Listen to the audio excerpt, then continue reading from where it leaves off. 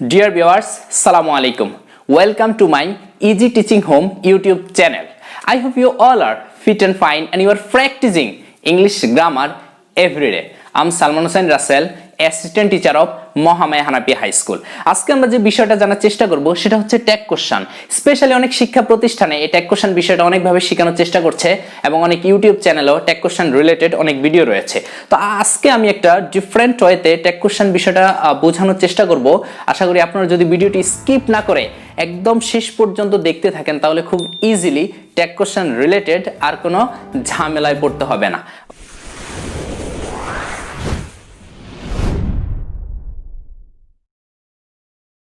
ওকে, তো আমরা শুরু করি ট্যাগ কোশ্চেন। স্পেশালি ট্যাগ শব্দের অর্থ হচ্ছে জুড়ে দেওয়া বা সংযুক্ত করা, আর কোশ্চেন শব্দের অর্থ হচ্ছে প্রশ্ন। দ্যাট মিন্স প্রশ্ন জুড়ে দেওয়া, প্রশ্ন জুড়ে দেওয়া। ওকে, তাহলে ট্যাগ কোশ্চেনের সংজ্ঞাটা হচ্ছে বক্তা তার বক্তব্যের সময় শ্রোতার মত যাচাইয়ের জন্য সেন্টেন্সের শেষে কতগুলো শব্দ বা কতগুলো কোশ্চেন জুড়ে দেওয়াকে ট্যাগ কোশ্চেন বলে। তো ট্যাগ কোশ্চেনের কয়টা ভাইটাল রুলস নিয়ে আমি আজকে আলোচনা করব। তো ট্যাগ কোশ্চেন সাধারণত ইন্টারোগেটিভ সেন্টেন্সের একটা পার্ট বলতে পারি। বিশেষ করে ইন্টারোগেটিভ সেন্টেন্স তিন ধরনের হয়ে থাকে, আমরা যেটা জানি সেটা হচ্ছে ইয়েস নো কোশ্চেন, আর এটা হচ্ছে ডাব্লিউএস কোশ্চেন আর ট্যাগ কোশ্চেন। স্পেশালি আমরা ট্যাগ কোশ্চেন বিষয়টা কিন্তু স্কিপ করে রাখি, এটা অনেকে হয়তো বা জানি না। ওকে, তো ট্যাগ কোশ্চেনের যে মেইন রুলসগুলা সেগুলো নিয়ে আজকে আমি আলোচনা করার চেষ্টা করব। ওকে, তো প্রথমে দেখি রুলস 1। ফার্স্ট রুলসে কি আছে? অক্সিলারি ভার্ব যুক্ত সেন্টেন্সকে ট্যাগ করার নিয়ম। দ্যাট মিন্স যে সেন্টেন্সের মধ্যে অক্সিলারি ভার্ব রয়েছে ওই সেন্টেন্স আমরা কিভাবে ট্যাগ করব। ওকে, ওটা ট্যাগ করতে হলে আমাদের প্রথম যেটা ফলো করতে হবে সেটা হচ্ছে প্রদত্ত সেন্টেন্সটি অপরিবর্তিত থাকবে। প্রদত্ত সেন্টেন্সটি অপরিবর্তিত থাকবে। এখন বলতে পারেন যে স্যার আমরা কি যখন অ্যানসারটা লিখবো তখন কি ট্যাগ কোশ্চেনের যে কোশ্চেনটা প্রথম সেন্টেন্সটা কি লিখবো? ডেফিনেটলি আপনাকে প্রথম সেন্টেন্সটা লিখতে হবে। দ্যাট মিন্স আপনাকে পুরো সেন্টেন্সটা লেখা তারপরে ট্যাগ করতে হবে। ওকে, তাহলে প্রদত্ত সেন্টেন্সটি অপরিবর্তিত থাকবে। সেকেন্ড স্টেপ হচ্ছে কমা, হ্যাঁ, তারপর কমা দিতে হবে। তারপর প্রদত্ত সেন্টেন্সটির অক্সিলারি ভার্ব, ঠিক আছে? এখানে আরিফ ভাই বেবি ভুল করলে চলবে না, এটা হচ্ছে অক্সিলারি ভার্ব। ওকে, তারপর হচ্ছে an apostrophe t, নট সেন্টেন্সটি অ্যাফার্মেটিভ হলে। যদি সেন্টেন্সটি অ্যাফার্মেটিভ হয় তাহলে an apostrophe t, ঠিক আছে? এখানে পুরা নট লেখা যাবে না, পুরা নট লেখা যাবে না, এটা হচ্ছে কন্ট্রাকশন ফ্রম, ঠিক আছে, বা শর্টকাট ফ্রম আমরা বলতে পারি। তো এখানে an apostrophe t পুরা নট যদি লেখেন তাহলে আপনি পরীক্ষার খাতায় মার্কস পাবেন না। ওকে, তাহলে 4 নাম্বার স্টেপ হচ্ছে an apostrophe t, তারপরে স্টেপ হচ্ছে প্রদত্ত সেন্টেন্সটির সাবজেক্ট, হ্যাঁ, তারপর হচ্ছে note of interrogation. That means প্রশ্নবোধক চিহ্ন। প্রশ্নবোধক চিহ্ন কিন্তু আপনাকে অবশ্যই দিতে হবে। ওকে, তাহলে ফার্স্ট এক্সাম্পল আমরা দেখি, he is a liar, he is a liar. তাহলে আমাদের কাজটা কি? প্রদত্ত সেন্টেন্সটি অপরিবর্তিত থাকবে, হ্যাঁ, প্রদত্ত সেন্টেন্সটি অপরিবর্তিত রাখলাম। তারপরে সেকেন্ড স্টেপ কমা, এই যে কমা দিলাম। থার্ড স্টেপ প্রদত্ত সেন্টেন্সটির অক্সিলারি ভার্ব। আচ্ছা দেখুন তো এই সেন্টেন্সের অক্সিলারি ভার্ব কোনটা? Definitely is. ওকে, তাহলে আমরা ইজ বসাই দিলাম প্রদত্ত সেন্টেন্সটির অক্সিলারি ভার্ব। তারপরে 4 নাম্বার স্টেপ কি? an apostrophe t, যদি সেন্টেন্সটি অ্যাফার্মেটিভ বা হাবোধক হয় তাহলে আমাদের দেখতে হবে সেন্টেন্সটা কি হাবোধক না নাবোধক। ডেফিনেটলি হাবোধক। যদি হাবোধক হয় তাহলে আমরা an apostrophe t, ঠিক আছে, নটের কন্ট্রাকশন ফর্মটা আমরা আনবো। তাহলে an apostrophe t isn't। তারপরে সাবজেক্ট আছে এখানে হি, সাবজেক্ট হি। আমরা সাধারণত জানবো যখন আমরা ট্যাগ কোশ্চেন করব তখন ট্যাগ কোশ্চেনে সাবজেক্টের প্রোনাউন ফর্মটা বসাতে হবে, সাবজেক্টের প্রোনাউন ফর্মটা বসাতে হবে। ওকে, তাহলে এখানে সাবজেক্ট হবে হি। তাহলে আমরা অ্যানসারটা কি পাইলাম? ইজন্ট হি, তারপরে নোট অফ ইন্টারোগেশন। ওকে, পরেরটা ওইভাবে কইরা নেই, he have not made this. এই সেন্টেন্সটা হচ্ছে নেগেটিভ সেন্টেন্স। দ্যাট মিন্স আমরা পরবর্তীতে an apostrophe t আনবো না। ওকে, তাহলে এখানে অক্সিলারি ভার্ব আছে হ্যাভ, আমরা বসাইলাম হ্যাভ। তারপরে সেন্টেন্সটা হচ্ছে নেগেটিভ সেন্টেন্স। দ্যাট মিন্স আমরা নেগেটিভ সাইন আনবো না বা নেগেটিভ শর্টকাট ফর্মটা আনবো না। তারপরে সাবজেক্ট হচ্ছে হি, তাহলে হ্যাভ হি। আশা করি ফার্স্ট রুলসটা খুব ইজিলি আপনারা বুঝতে পারছেন।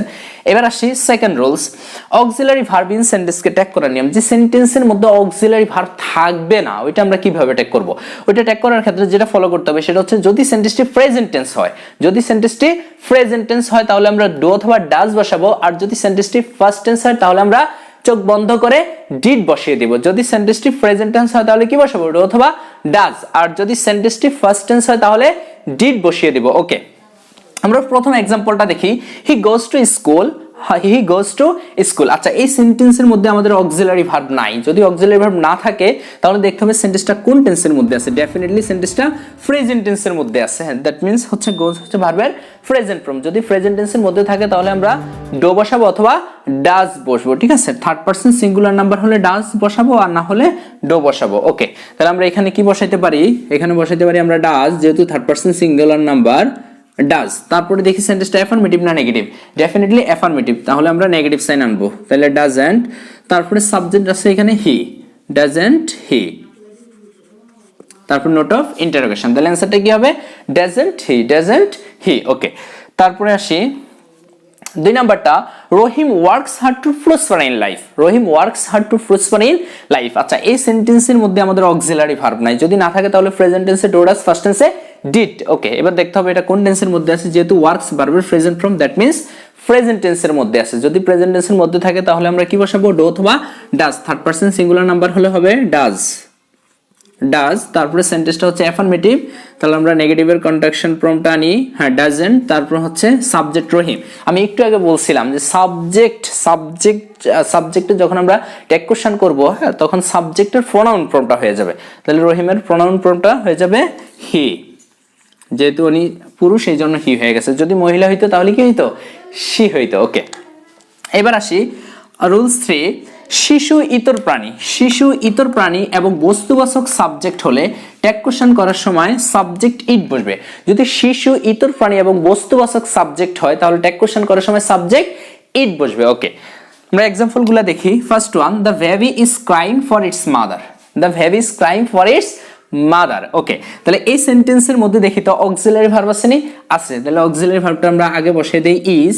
তারপরে দেখি এই সেন্টেন্সটা কি অ্যাফার্মেটিভ না নেগেটিভ? Definitely affirmative. যদি অ্যাফার্মেটিভ হয় তাহলে আমরা নেগেটিভের কন্ট্রাকশন ফর্মটা বসাবো। তাহলে ইজন্ট, হ্যাঁ ইজন্ট। তারপরে আসি subject the baby. The baby হচ্ছে শিশু। আমি একটু আগে বলছিলাম শিশু ইতর প্রাণী এবং বস্তুবাচক সাবজেক্ট হলে ট্যাগ কোশ্চেন করার সময় সাবজেক্ট ইট বসে। তাহলে এখানে কি বসবে? ইট বসবে। তাহলে ইজন্ট ইট। ওকে, হ্যাঁ। ওকে, তাহলে আমরা দেখি 2 নাম্বারটা, the dog often barks at night. The dog often barks at night. আচ্ছা, এই সেন্টেন্সের মধ্যে একটু মনোযোগ দিই আমরা, সেটা হচ্ছে দা ডগ। হ্যাঁ, এই সেন্টেন্সের মধ্যে দেখতে হবে কি অক্সিলারি ভার্ব আসেনি। এই সেন্টেন্সের মধ্যে অক্সিলারি ভার্ব আসেনি, অক্সিলারি ভার্ব নাই। যদি অক্সিলারি ভার্ব না থাকে তাহলে প্রেজেন্ট টেন্সে ডো, ডাজ, ফার্স্ট টেন্সে ডিড। ওকে, তাহলে এটা কোন টেন্সের মধ্যে আছে? যেহেতু third person singular number, definitely present টেন্সের মধ্যে আছে। যদি প্রেজেন্ট টেন্সের মধ্যে থাকে তাহলে আমরা কি বসাবো? থার্ড পারসন সিঙ্গুলার নাম্বারের ক্ষেত্রে ডাজ, ডাজ বসাইলাম। তারপর দেখতে হবে সেন্টেন্সটা অ্যাফার্মেটিভ না নেগেটিভ? ডেফিনেটলি অ্যাফার্মেটিভ, তাহলে আমরা নেগেটিভ সাইন বসাবো। তাহলে ডাজন্ট, তারপরে সাবজেক্ট হচ্ছে দা ডগ। দা ডগ হলো ইতর প্রাণী। আমরা সাধারণত জানি ইতর প্রাণী হলে কি বসাবো? ইট বসাবো সাবজেক্ট। তাহলে ডাজন্ট ইট, ডাজন্ট ইট। ওকে, এবার আসি 3 নাম্বারটা, the fan rides oil. The fan rides oil. আচ্ছা, এই সেন্টেন্সের মধ্যে দেখি তো অক্সিলারি ভার্ব আছে নি? নাই। যদি না থাকে তাহলে প্রেজেন্ট টেন্সে ডো, ডাজ, ফার্স্ট টেন্সে ডিড। এটা কোন টেন্সের মধ্যে আছে? ডেফিনেটলি প্রেজেন্ট টেন্সের মধ্যে আছে, থার্ড পারসন সিঙ্গুলার নাম্বার। তাহলে আমরা ডাজ আনবো। ডাজ সেন্টেন্সটা অ্যাফার্মেটিভ না নেগেটিভ? ডেফিনেটলি অ্যাফার্মেটিভ, তাহলে আমরা নেগেটিভের কন্ট্রাকশন ফর্মটা আনবো। তাহলে ডাজন্ট, তারপর হচ্ছে দা ফ্যান। দা ফ্যান হচ্ছে সাবজেক্ট। হ্যাঁ, দা ফ্যান বস্তুবাচক সাবজেক্ট। যদি বস্তুবাচক সাবজেক্ট হয় তাহলে আমরা কি বসাবো? ইট বসাবো। ওকে, তাহলে ডাজন্ট ইট। ক্লিয়ার? ওকে, এবার আসি 4 নম্বর rules, everybody, nobody, anybody, somebody, everyone, none, anyone, someone থাকলে সাবজেক্ট দে বসবে। ওকে, তাহলে everybody, nobody, anybody, somebody, everyone, none, anyone, someone যদি সেন্টেন্সের মধ্যে থাকে অথবা যদি সাবজেক্ট হয় তাহলে সাবজেক্ট দে বসবে। ওকে, তাহলে আমরা দেখি example, everybody likes flower. Everybody likes flower. Okay, এই সেন্টেন্সের মধ্যে দেখি তো অক্সিলারি ভার্ব আছে নি? নাই। যদি অক্সিলারি ভার্ব না থাকে তাহলে আমরা কি বসাবো? ডাজ বসাবো। কি বসাবো? ডো অথবা ডাজ প্রেজেন্ট টেন্সের ক্ষেত্রে, আর ফার্স্ট টেন্সের ক্ষেত্রে ডিড। তাহলে দেখি এটা কোন টেন্সের মধ্যে আছে? ডেফিনেটলি প্রেজেন্ট টেন্সের থার্ড পারসন সিঙ্গুলার নাম্বার। তাহলে আমরা কি বসাবো? ডাজ বসাবো। কি বসাবো? ডাজ বসাবো। তারপরে দেখি তো সেন্টেন্সটা অ্যাফার্মেটিভ না নেগেটিভ? অ্যাফার্মেটিভ। যদি অ্যাফার্মেটিভ হয় তাহলে নেগেটিভ সাইন আনবো। Doesn't, doesn't. এইবার আসেন সাবজেক্টটা এভরিবডি। এভরিবডি থাকলে কি হবে? সাবজেক্ট দে, কিন্তু দের সাথে কখনো ডাজ বসে না। তাহলে কি হবে? Don't they. Okay, don't they. তাহলে আমরা বসাবো ডোন্ট দে।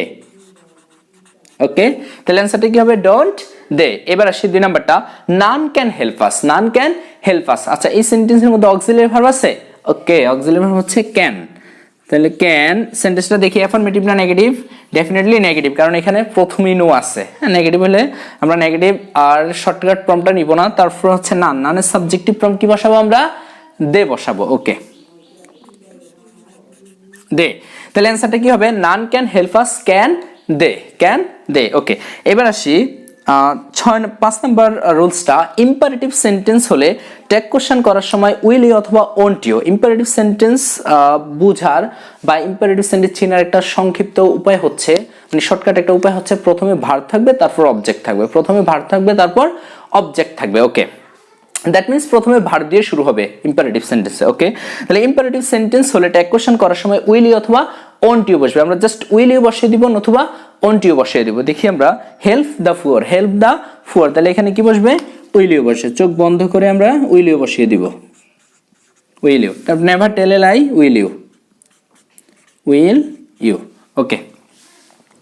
তো ভিউয়ার্স আশা করি মোটামুটি বুঝতে পারছেন। তো এটা হচ্ছে আমার পার্ট 1, আর পার্ট 2 তে আমি কয়েকটা ভাইটালস রুলস আরো আছে, ওগুলো নিয়ে আলোচনা করার চেষ্টা করব।